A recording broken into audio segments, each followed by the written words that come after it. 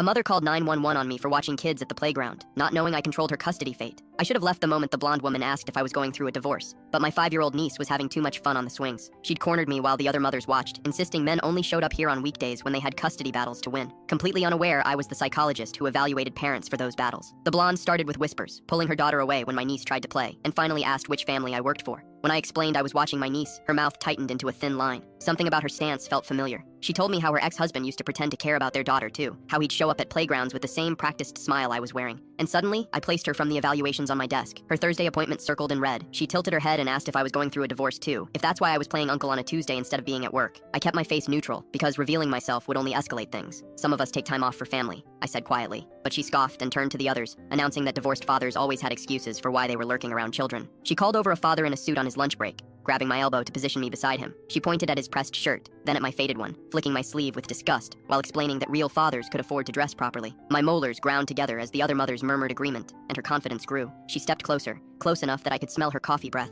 and loudly asked if I had photos of children on my phone, suggesting that's what men like me did. My hands trembled as she announced there was a suspicious man making everyone uncomfortable. Sweat pooled at the base of my neck as I recognized this spiral from her case file, the same paranoid accusations she'd made about her ex-husband. The situation worsened when she marched to a group of children, her voice carrying across the playground as she told them to stay away from the scary man by the swings. "If he tries to talk to you, run to your mommies," she ordered, pointing at me while their eyes went wide. My stomach twisted as my niece's new friends backed away. Click the link in my profile to watch the exciting follow-up.